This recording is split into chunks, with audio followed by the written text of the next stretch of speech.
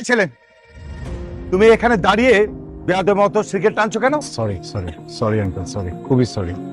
ভুলবশত একটা ভুল করে ফেলেছি, ভুলে যাওয়া যায় না প্লিজ? মানে হয়েছে কি, আমি না আসলে রেগুলার স্মোকারই না, ভুল হয়ে গেছে, মাফ করে দেওয়া যায় না আঙ্কেল? তোমাকে ক্ষমা করা যাবে না। বাবাকে বলবেনই? হ্যাঁ, অবশ্যই শিওর বলবেন? অবশ্যই। মাফ করা যায় না? না, কোনো মাফ করা যায় না? কোনো হবে না। যদি আর কোনদিন সিগারেট না খাই তাও মাফ করা যায় না? না। ঠিক আছে, ঠিক আছে মানে আচ্ছা, ঠিক আছে। তুমি আমার একটা না, দুইটা সিগারেট ধরিয়েছো।